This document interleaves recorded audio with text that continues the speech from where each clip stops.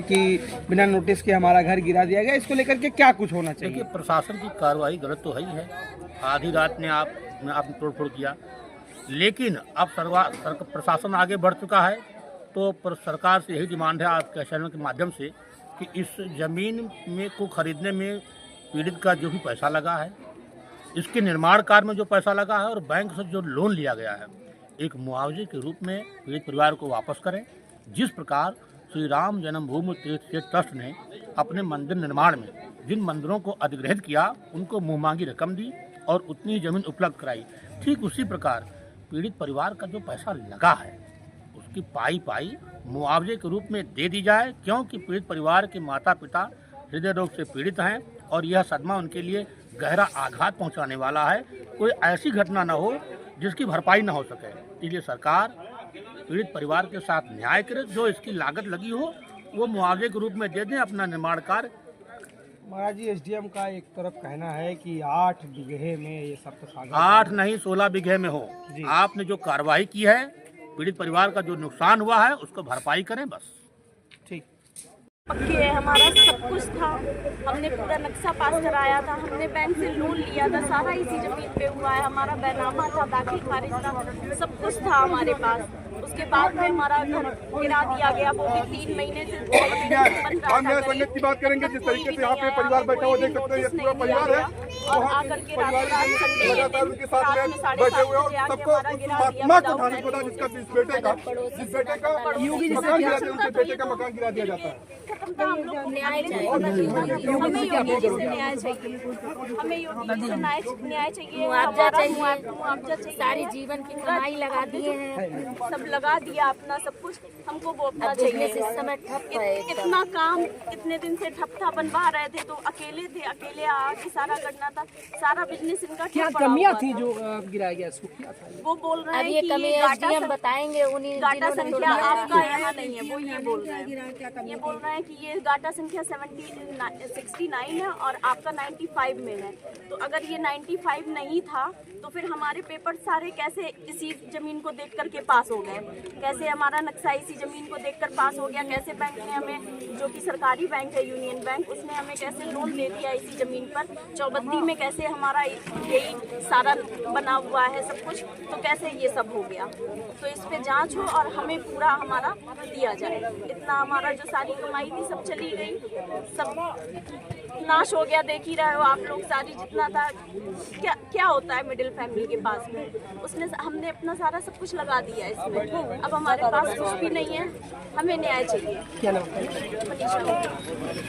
इन्होंने जमीन लिया, उसके बाद इन्होंने दाखिल खारिज कराया, उसके बाद विकास पाटकर ने नक्शा पास किया, बैंक ने लोन दिया। तो आप बताइए, दाखिल खारिज करने वाला कौन था? योगी सरकार के अधिकारी। नक्शा पास करने वाला कौन था? विकास पाटकर के अधिकारी, योगी सरकार के अधिकारी। बैंक ने लोन दिया, बैंक ने जांच किया। आप बताइए, जब ये बैंक ने लोन दिया, दाखिल खारिज किया, नक्शा पास किया, उसके बाद किस आधार पर एसडीएम ने आके मकान गिरा दिया? रात में 8 बजे प्राइवेट बुलडोजर से, न कोई सूचना, न कोई नोटिस, न कोई वो भी रविवार के दिन। ये गुंडई है, ये योगी सरकार के अधिकारियों की गुंडई है और ये गुंडई समाजवादी पार्टी बर्दाश्त नहीं करेगी। एक तरफ राम के नाम पर वोट मांगते हो और दूसरी बात राम की प्रजा का जो है मकान गिरा रहे हो अवैध तरीके से। सुप्रीम कोर्ट ने कहा है कि बगैर किसी नोटिस के आप किसी का मकान नहीं गिरा सकते। आप बताइए, जिसका दाखिल खारिज हो, जिसका बैंक से लोन हो, सारी चीज योगी सरकार के अधिकारियों ने की, उसके बाद आपने गिरा दिया। ये अत्याचार है और इस अत्याचार के खिलाफ समाजवादी पार्टी लड़ेगी। कल माननीय सांसद जी के नेतृत्व में हम लोग परिवार के साथ जिलाधिकारी महोदय से मिलेंगे और दोषी अधिकारियों के खिलाफ कार्रवाई की मांग करेंगे। बस एक आखिरी सवाल कि जिस तरह से आप यहाँ पे देखेंगे सब सागर में, तो आपके नाम पे शिलापट लगे हैं, बेदित्ता के नाम पे शिलापट लगे हैं, अलग अलग नेताओं के शिलापट लगे। तो भाई मैं तो कह रहा हूँ, फिर वही बात भाई, जनता ने मांग की, मकान बने थे, हमने रोड बनवाया, हम स्वीकार करते हमने रोड बनवाया। यहाँ तक नहीं बनी, वो जहाँ पे हमने रोड बनवाया है, जहाँ जहाँ पर जनता के आवास बने हुए थे पहले से, हमारे विधायक बनने के पहले जब लोग रह रहे थे, लोगों ने हमसे मांग की सड़क बननी चाहिए, हमने सड़क बनवाया। हमारा काम क्या था विधायक बनने के बाद? सड़क की व्यवस्था हो, नाली की व्यवस्था हो, बिजली पानी की व्यवस्था हो। हम प्रॉपर्टी डीलर नहीं थे, हमारी सरकार में जमीन नहीं बेची गई है। ये जमीन 2018 में बेची गई। 18 में मुख्यमंत्री कौन था यहाँ पर? किसके नेतृत्व में अयोध्या में घोटाला हुआ है? मुख्यमंत्री जवाब दे, हम पूछ रहे हैं योगी आदित्यनाथ जी से, जवाब दे। और घोटाले तो बहुत हुए हैं, 17 से लेकर और आज की डेट तक पूरी अयोध्या में जमीनों का ही कारोबार हो रहा है। भाजपा के समय छड़ में फल फूल रहा है। गरीबों की जमीन सस्ते में लेकर महंगी बड़े बड़े उद्योगपतियों को दी जा रही है। अयोध्या वासी तो ठगे छले लूटे जा रहे हैं। वही क्रम आज हुआ। आज फिर अयोध्या का एक व्यापारी परिवार, गुप्ता परिवार ठगा गया, चला गया, उसके घर पे बुलडोजर चला। लोग टूट जाते हैं घर बनाने में, तुम तरस नहीं खाते बस्तियां जलाने में। तो योगी सरकार बुलडोजर चला रही है, मकान गिरा रही, तोड़ रही है, और प्रभु श्री राम की प्रजा रो रही है, जिसका उदाहरण आपके सामने मनीषा गुप्ता हैं और वो ठाकुर साहब हैं, जिनका बाउंड्री गिरी है। यही है राम राज्य। ठीक है। श्री सीताराम, मैं बाबा अभिषेक दास, हनुमानगढ़ी अयोध्या से, सनातन मंदिर। मैं ये कहना चाहता हूँ, अगर सप्तसागर कॉलोनी में किसी भी मकान पर बुलडोजर चलाया गया है तो ये बहुत ही गंभीर विषय है, मंथन का विषय है, चिंतन का विषय है। जैसा कि आप सब लोग जानते ही हैं, अयोध्या धाम है। अयोध्या धाम में अगर इस प्रकार की चीज़ें होंगी तो कहीं कहीं लोग राजनीतिक समीकरण उसको भी ले लेंगे, और मैं चाहता हूँ यहाँ राजनीति ना हो करके उस पर मंथन किया जाए, और मंथन करके यहाँ के आला अधिकारी, यहाँ हमारे सूबे के जो मुख्यमंत्री हैं श्री योगी आदित्यनाथ जी महाराज, जो आज के समय में संत हैं, और उन तक ये बात पहुँचे और वो भी मंथन करें। क्योंकि अयोध्या धाम ऐसा है जहाँ मंथन का विषय है, और अयोध्या अगर सप्तसागर कहा जा रहा है तो सप्तसागर वहाँ रहा होगा।